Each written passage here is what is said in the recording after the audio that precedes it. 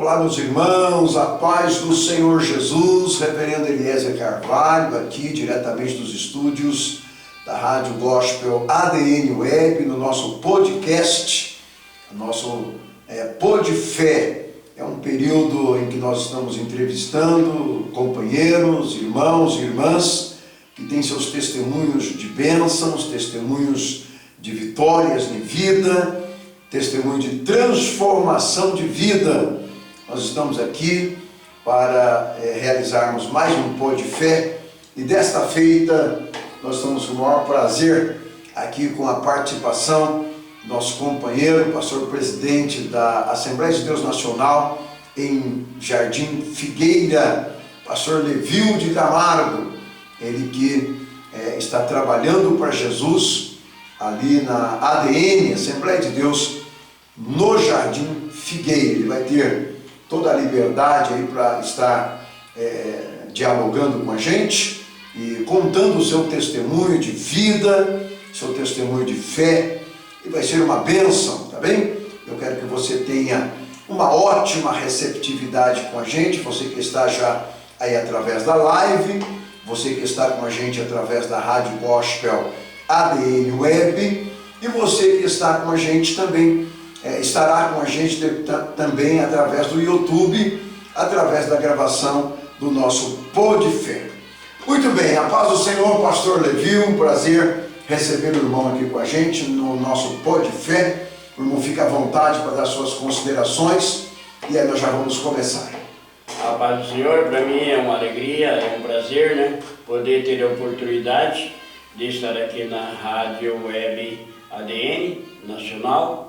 E ainda é honroso para mim estar pastor ali no Jardim Figueira, onde eu comecei a minha vida em Cornélio Procópio, oficialmente, com a minha moradia exatamente no Jardim Figueira. Eu estou em Cornélio Procópio oficialmente desde 89, mais ou menos, mas oficialmente quando eu consegui a minha moradia. Então o Jardim Figueira faz parte da minha vida, né? Sim. A minha família é do Jardim Figueira, mesmo tendo nascido em outros municípios, porque eu andava muito para trabalhar por aí, mas nós oficialmente somos de Cornélio Procópio hoje, a minha família, e do Jardim Figueira. Nós somos figueirenses de Cornélio Procópio, e para mim é uma honra eu estar pastor do Jardim Figueira, que desde 23 anos atrás eu comecei ali e foi me dada essa oportunidade de estar pastor ali, agora pastor presidente ali local, né, da ADM do Jardim Figueira. Para mim é muita honra, e se não fosse Deus eu não estaria lá, e Deus abriu as portas e vocês me deram a oportunidade de estar pastoreando aquele rebanho daquele lugar. Maravilha! Prazer estar recebendo então aqui o pastor Levilde Camargo, ele que tem uma bela história de vida. Ele vai estar agora contando parte da sua trajetória de vida. Primeiro começando com, o senhor nasceu onde? Qual cidade?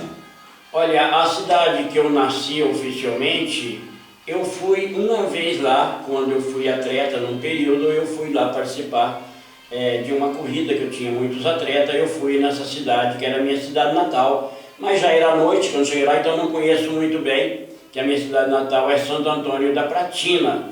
E no dia da corrida que nós fomos correr lá, levar meus atletas para correr lá, eu não pude correr na minha própria cidade natal de nascimento, porque eu não estava algumas atividades que eu fiz mais forçada. Então lá, como em Cornélio Procópio é muita pirambeira, tem muito altos e baixos, eu preferi não me machucar numa corrida. Sim. E quando eu entrava numa corrida, eu entrava para ganhar, então era melhor não correr do que perder tendo um acidente de trajeto. Então a cidade natal minha de registro é Santo Antônio da Pratina. Muito bem, aqui do estado do Paraná, né? Bem perto do nosso aqui.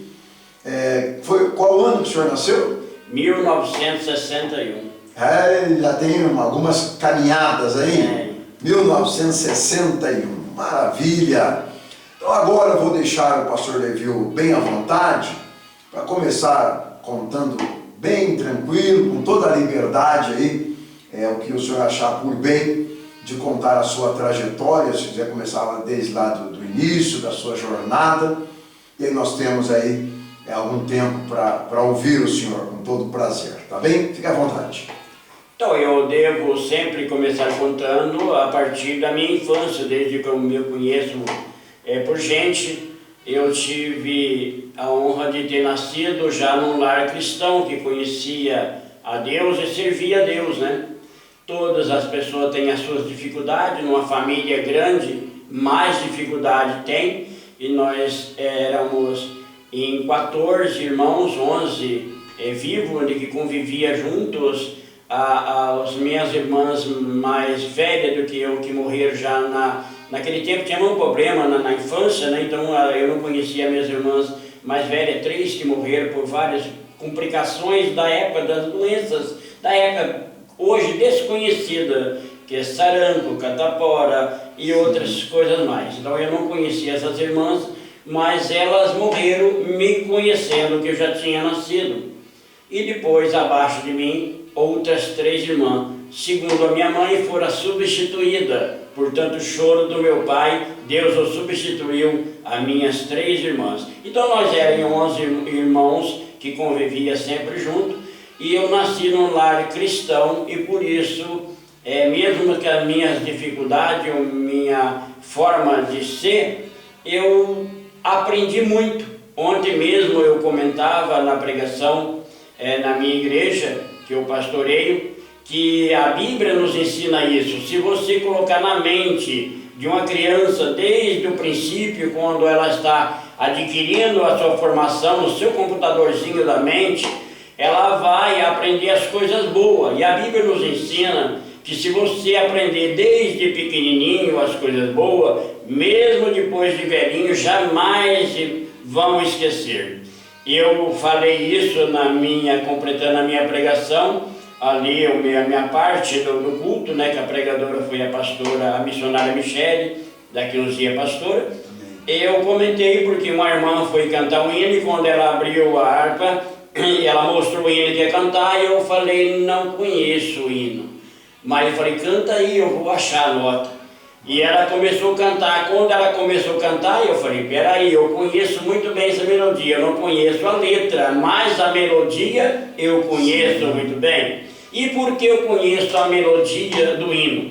Porque eu nasci no lar cristão. Então, quando se canta um hino e tem uma melodia, mesmo que não tenha letra, eu acompanho de ouvido, mesmo não sendo um músico profissional, não aprendi até hoje, mas eu louvo a Deus, eu consigo isso, porque eu aprendi desde pequeno.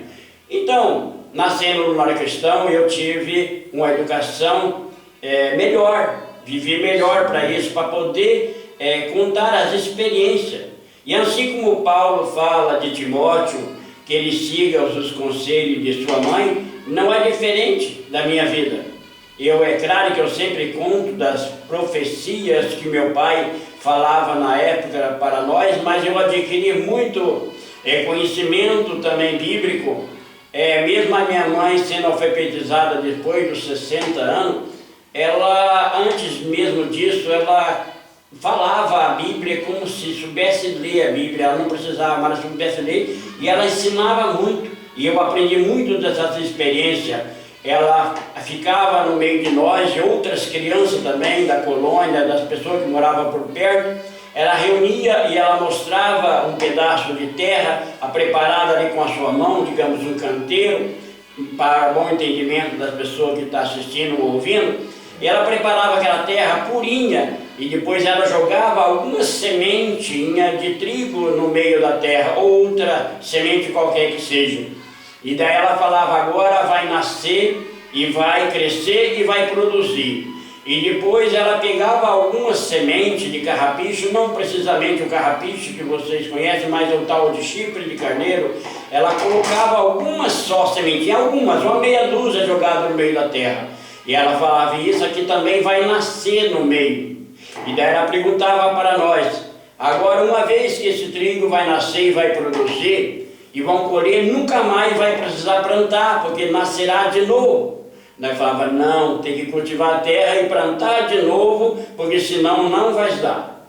Daí ela perguntava, então quer dizer que esse carrapicho que eu joguei, ele vai ser tirado e não tem perigo, porque não vai nascer mais? Ela falava, não, vai praguejar a terra e nunca mais vai conseguir acabar. Daí ela falava, boa aprendizado, porque assim é o inimigo das nossas almas. Nós ensinamos as boas coisas, Deus planta a melhor semente no coração de toda criança, de todo homem e toda mulher. E isso tem que ser cuidado para produzir. E cuidadosamente sempre cuidar para sempre estar produzindo. Mas o que o diabo planta dá muito trabalho para tirar. Porque ele consegue tirar até mesmo as boas sementes que Deus plantou e substituir no lugar. Ela não precisa ser plantada mais. Então é a experiência de vida que eu aprendi, da prática que a minha mãe usava. Assim como Jesus falava da parábola, nós também podemos usar isso para as pessoas terem um entendimento. E é claro, não deixava sem exemplo o meu pai mesmo, com as dificuldades dele por cuidar de tantos filhos, lutar para sustentar os filhos e outras pessoas, que meu pai cuidava muito de outras famílias também. Eu lembro que quando eu era criança, por volta de entre 10 e 12 anos, talvez um pouco menos, de 10, eu andava muito com meu pai, e eu lembro que eu, por exemplo, na minha idade, não lembro, meus irmãos não tenho lembrança, mas eu acredito até que também eles não pediam bênção para o pai, nem bênção para a mãe. Eu, por exemplo, nunca o fiz. Nós não tirávamos o boné ou o chapéu quando nós chegávamos perto do meu pai ou da minha mãe. Nós não fazia, mas eu cansei de ver senhores mais velhos do que meu pai, pessoas fazendeiro ou comerciante, né, que poderia se sentir talvez mais do que meu pai. Eles, quando chegavam perto do meu pai, ele inclinava, ele fazia reverência para conversar com ele. Então esse é meu exemplo, que de alguma forma ele era respeitado. E eu lembro que nos anos 60, logo que surgiu a possibilidade das pessoas serem aposentadas de alguma forma, né, mesmo sem ter um registro de carteira, o meu pai ajudou muitas pessoas. Eu lembro que ele ajudou muitas pessoas assinando algum documento, sendo testemunha de alguma forma, para ajudar as pessoas, auxiliar pessoas, casamento de pessoa que vivia junto há 30, 40 anos. Ele insistiu e incentivou muitas pessoas a fazer isso, a ter um casamento, um documento de casamento. Eu lembro que ele fez muito disso. Fora outras coisas, mas já que estou falando do meu pai, ele era o eterno fazedor de caixão, né? Não vamos aqui, porque nós todos vamos passar por isso de alguma forma, a não ser que Jesus venha arrebatar nós não passaremos pelo caixão, mas naquele tempo, como não existia facilidade, a gente nem conhecia funerária, o meu pai às vezes passava semana sem trabalhar no eito com os outros, mas ele estava fazendo o caixão. Então ele já guardava as madeiras. Daí perguntaria assim, qual é o preço que ele cobrava para cada caixão que ele fazia? Ele não tinha preço. O preço, se fosse uma pessoa que tivesse uma terra, às vezes ele chegava no local e pedia, eu quero aquela árvore para mim tirar madeira, para me preparar para um caixão. Então a pessoa dava, de bom grado, ele dava aquela madeira para ele preparar, para deixar de reserva aquela madeira. E ele pedia que a pessoa comprasse só o tecido, que chamava mortaia na época, não sei hoje, para ele poder fazer aquele caixão. Então, o meu pai é o que mais, digamos assim, para a época dele, foi enterro de alguma forma. Eu lembro até quando ele, para encerrar isso, falar sobre isso, eu lembro já quando ele estava na idade avançada e perto de terminar, a minha mãe perguntava para ele, velho, não vai lá no velório? Ele falou, não, hoje eu não vou. Daí ela insistia, ele falava, não vou não. É impossível que pelo menos meia dúzia daquelas pessoas que eu participei dos velórios e enterro dele não vai aparecer no meu enterro, alguns deles. Ele falava isso. E ele conseguiu isso. Porque eu lembro quando eu fui no enterro do meu pai, que eu saí daqui às 6 e pouco da manhã, cheguei mais de 8 horas da manhã, naquele tempo não tinha veículo, tinha que ir de ônibus. E eu lembro que quando eu cheguei no pequeno bairro ali que ele morava, eu pensei que estava tendo uma festa ou alguma coisa no bairro, porque se eu tivesse de carro não tinha como entrar no bairro. Daí eu olhava, não só aquela rua que ele morava, mas as outras também estavam lotadas de gente. Então as pessoas honrou, né? As pessoas honrou o que ele pôde ajudar na época. Então, quer dizer, é o que ele plantou de bom para a pessoa, legado, né? que ele foi retribuído a ele a gratidão, né? Isso é um tipo de gratidão. Então ele estava certo que algumas pessoas pelo menos iam aparecer, porque quando ele tinha saúde para ele sempre foi e ajudava. E agora que ele não tinha, ele estava ali, ele agora precisando dos outros, e eles o vieram no lugar. Então não é diferente, às vezes hoje nós vemos na igreja pessoas que moram tão perto da igreja e não tem dificuldade, praticamente, se for ver, não se mede dificuldade, mas ela sempre acha um motivo suficiente que impeça dele estar em comunhão.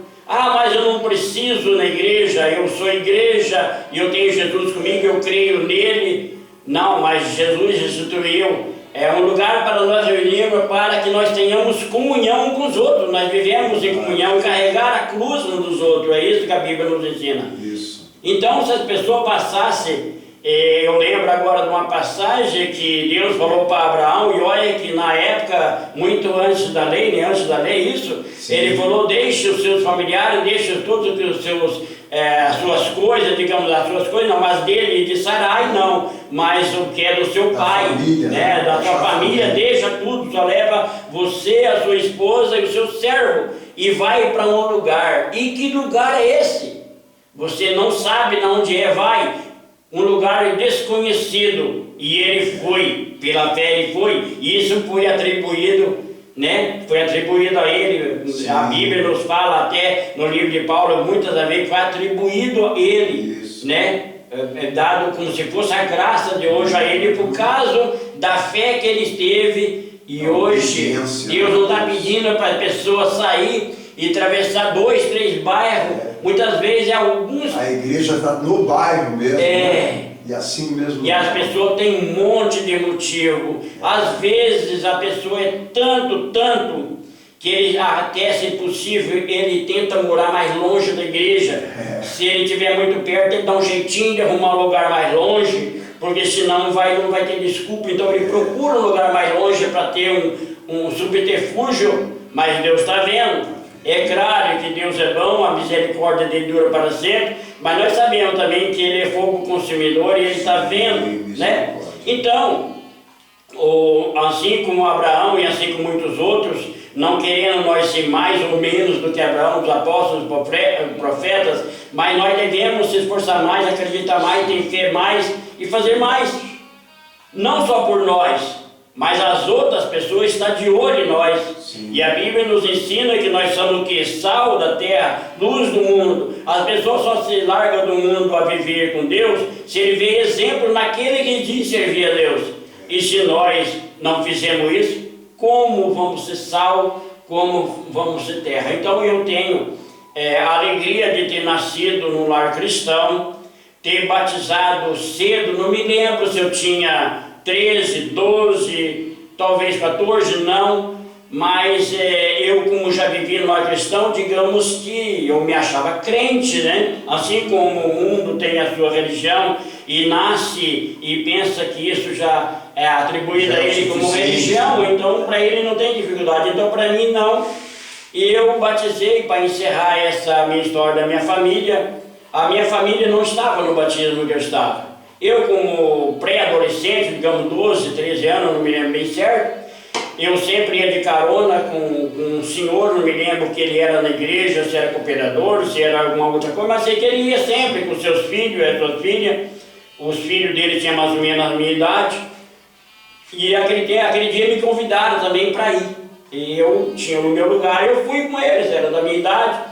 E quando chega lá, eu sempre gostei de ajudar. Acho que é isso que eu sofro bastante, que eu gosto de ajudar. E eu estava nessa pequena cidade, um distrito de uma cidade, da cidade que eu morava. Na verdade, eu morava num outro distrito menor ainda. E nós estávamos lá em uma chuva muito grande. Mas as pessoas não se afastavam, era ao ar livre mesmo, era na igreja, mas não era dentro da igreja, era no pátio, que era muito grande, tinha muitas pessoas, talvez 100, 150 pessoas, só músico devia ter uns 30 pelo menos.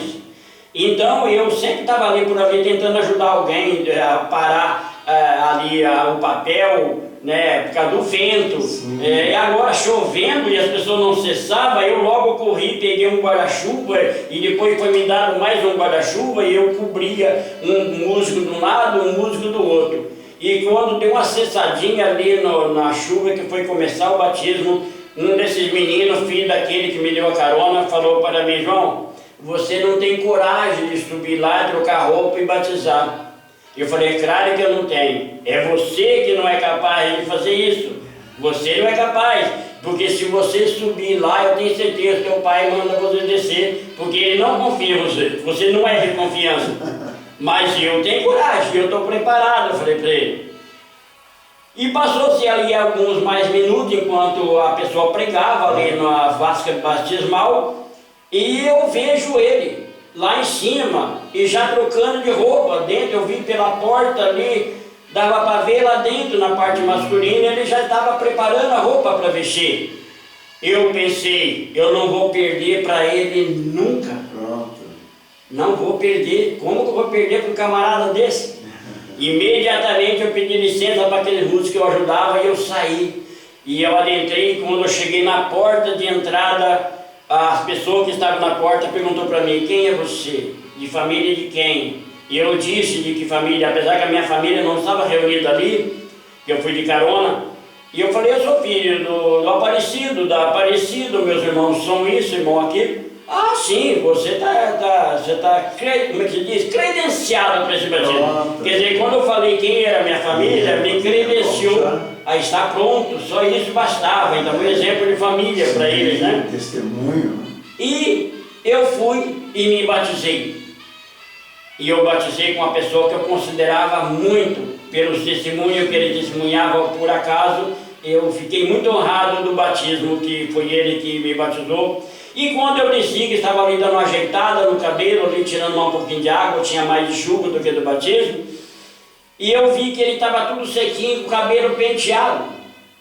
Eu estranhei um pouco, né? Falei: como pode? Um sereno, mais do batismo, e ele está com a mesma roupa dele e não tem sinal nem de um suor nas costas. E eu cheguei até ele e perguntei: como que você conseguiu se batizar e se enxugar assim? Ele falou: não me batizei. Eu falei: por que você não batizou? Você já estava lá antes de mim. Ele falou: meu pai, quando viu, subiu lá e fez eu descer como você tinha dito que ele faria. Você fez uma então essa é a minha história. Bom, isso eu batizei, e quando eu cheguei em casa, agora não desmerecendo a minha família, mas quando eu cheguei na minha casa, que eu entrei, estavam lá meus irmãos sentados, a minha mãe, e preparando para ir no culto. E daí eu cheguei e falei para eles assim: eu me batizei. Não me lembro de alguém ter criticado, mas não a lembro de ninguém ter me parabenizado. Me elogiou. Não. Ficaram quietos. Quieto. Não, ainda até ontem ninguém me falou nada.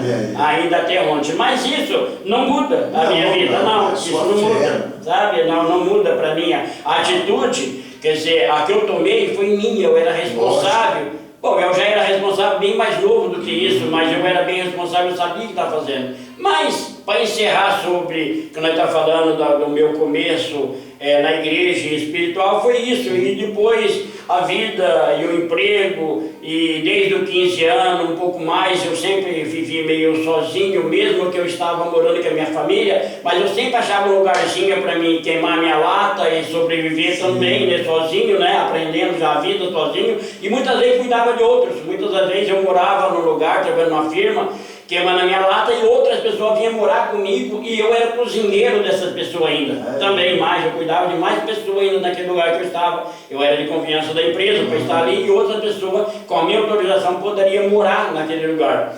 Então foi assim. E nos anos 80 ou 81 por aí, eu me casei, comecei uma vida nova, e eu aprendi muito bem que a Bíblia nos ensina: o homem nasce, cresce e larga o seu pai e a sua mãe, se casa, e agora é outra família. Claro. E o meu pai ensinava nós isso. Eu lembro que na época, muitas das vezes, os meus irmãos e outros questionavam que nós éramos separados dos nossos parentes. E nós não tínhamos contato, eu mesmo não conheci meus avós, não conheci meus tios, né? Eu vim conhecer agora um primo, bem rapidamente, né? Porque deram um jeito, a internet acabou localizando, né? Fiquei de foto para a internet ver algum tio ainda que morreu há pouco, mas nós era separado, mas não era à toa.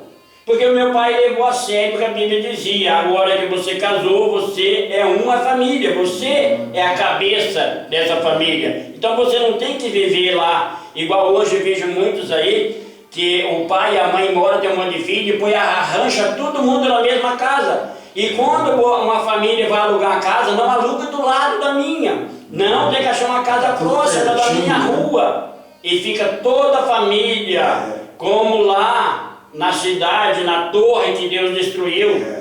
Façamos aqui uma torre e ficamos morando todas as famílias no mesmo lugar, não separamos, não multiplicamos o mundo, a nossa geração, vamos ficar todo mundo junto, e não é isso que a Bíblia ensina. Então, o meu pai foi separado, digamos, de alguma forma, separou-se do seu pai, a sua mãe, né? E logo depois, talvez eu tinha aí por volta de 1 ano e 7 meses, segundo eu sei, que os meus avós voltaram para o estado de São Paulo e nós continuamos no Paraná, na região de Santo André Platina mesmo, e eles retornaram para algum lugar, outros nem se sabem, mas foram para Mato Grosso também, no oeste do Paraná, centro-oeste, né, que depois descobrimos, mas separado. E eu também, quando me casei, eu levei a sério, agora eu tenho minha esposa e a minha família, eu tenho que cuidar dela. Mas às vezes a gente que é crente e é cristão, tem dificuldade nessa hora, tem que ser bem estruturado. E como aconteceu, como eu toquei de correr minha vida dura, eu acabei deixando de ir na igreja. Eu acabei deixando de ir na igreja uma vez, 2 vezes. É por isso que a própria Bíblia nos ensina lá em 1 Corinto, lá nas cartas de Paulo, onde fala da ceia, e muitos que dormem. E muitos que dormem é mais ou menos assim. Hoje você deixa de ir na igreja e amanhã você não quer ir na igreja. Depois da manhã você tem uma dificuldade para ir na igreja e uma outra dificuldade. E eis que de repente você até pensa de ir na igreja, mas você não adquire força para retornar para a igreja. E isso aconteceu comigo. Eu morava tão perto da igreja que dava para escutar o culto.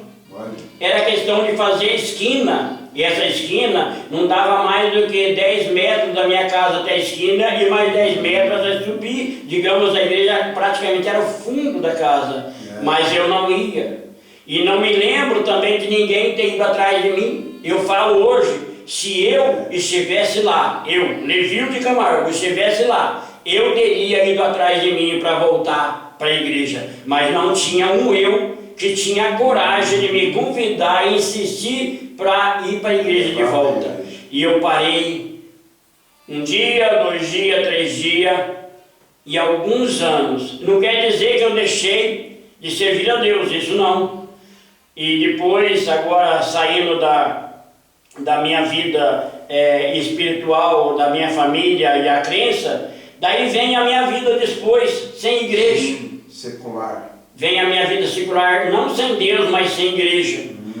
E eu sempre aprendi também um pouco com meu pai que as pessoas menos desfavorecidas são aquelas que não têm oportunidade. E muitas vezes a oportunidade que ela não teve é aquela que você não teve.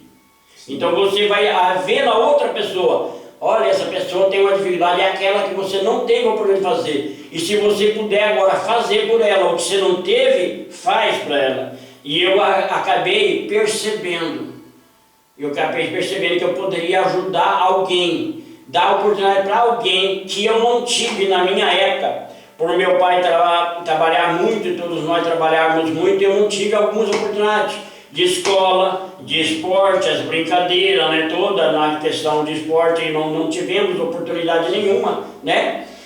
E agora eu vi a oportunidade que eu poderia dar a oportunidade a alguém que eu não tive. E para mim seria como se eu estivesse fazendo. É igual muitas mães hoje em dia, que ela quer que a filha seja algo, mas ela quer ser, na verdade, que a filha dela seja ela. Né? Ela não teve, então agora a filha dela tem que ser ela no passado que ela não teve. É claro que às vezes não é para coisa boa, né? mas no caso meu não seria uma coisa desagradável, que era a área esportiva, de agregação. Eu sempre usei o nome Integração. Não é porque no meu bairro tem a Avenida da Integração, porque no tempo que surgiu o nome Integração na minha vida, a avenida não existia. Ela não existia avenida, porque foi em 1996 e a Avenida da Integração oficialmente como nome foi em 98, né? Foi em 98, então antes muito disso.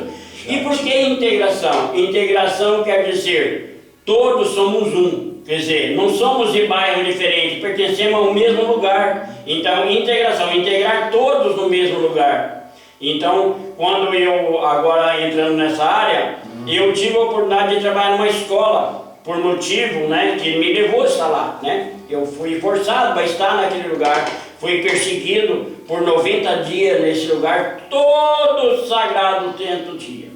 A partir do primeiro dia que eu fui trabalhar nessa escola, me transferiram para essa escola que ainda nem inaugurada estava em construção ainda, naquele ano. Todos os dias, 8 horas da manhã, chegavam 2 camaradas, companheiros de trabalho, mas amando de alguém. E todos os dias eles me cumprimentavam e me pressionavam em nome dessas pessoas. Um deles já morreu, outro está por aí. Mas eu acredito que aquele que morreu era mais culpado do que aquele que ainda está vivo. Então, por isso morreu cedo. Não vou citar o nome do empresário, não. Mas, todo sagrado dia, por 90 dias, eu fui pressionado naquela escola. Isso não me desmotivou. E motivou a fazer alguma coisa. E naquela escola eu prestava o meu serviço, que a diretora pedia, as ideias que ela tinha, nós apanhávamos em prática. Eu colocava algumas ideias também na prática para melhorar a escola desde o começo, antes mesmo da inauguração, os próprios móveis da escola todo. Eu que arrumei um montador que também era um funcionário público, mas desprezado por ser alcoólatra, e eu sabia que era montador de imóveis, e através da minha atitude ela conseguiu forçar, porque ele também era rejeitado, tanto que se convidasse ele para melhorar de vida, ele achava que estava desprezando ele. Era um modo de desprezar ele, era tirar ele daquele lugar. E ela conseguiu convencer que queria ajudar ele, ele poderia ajudar a escola. Então os móveis todos da escola foi ele que montou com a minha ajuda.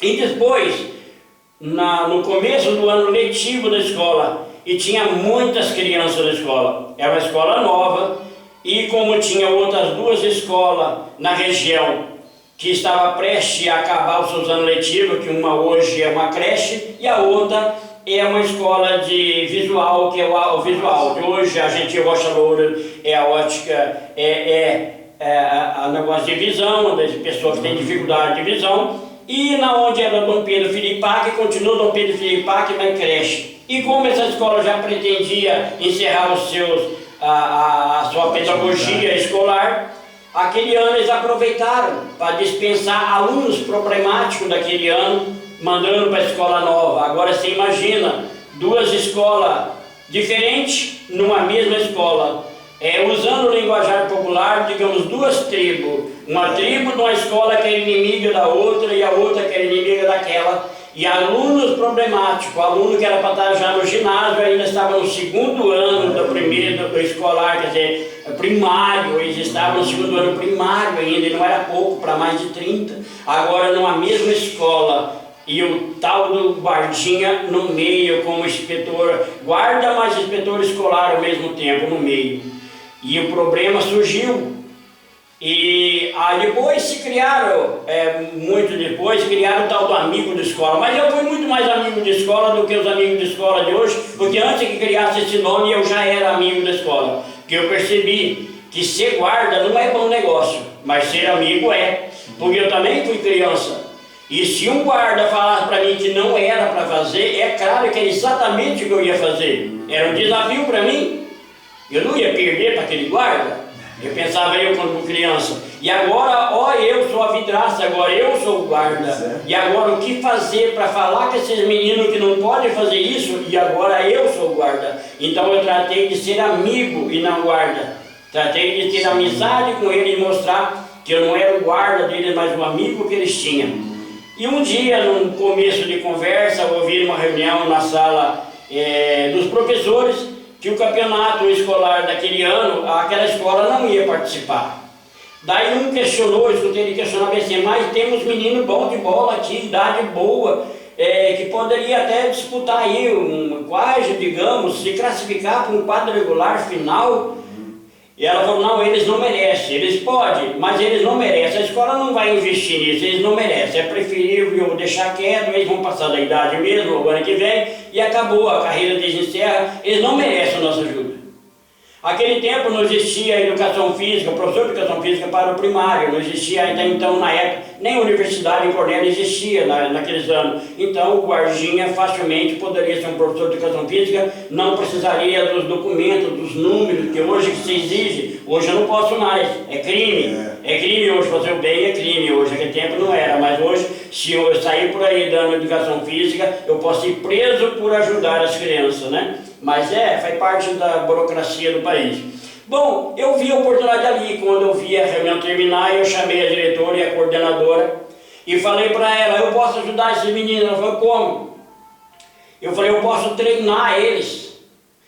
Mas não compensa, você vai ajudar assim mesmo? Eu falei, mas eu gosto deles, eles gostam de mim. Mas na onde você vai treinar eles? Aqui a escola nossa é dentro de um buracão, que era um buracão ali para Dondonó, que era dentro de um buracão.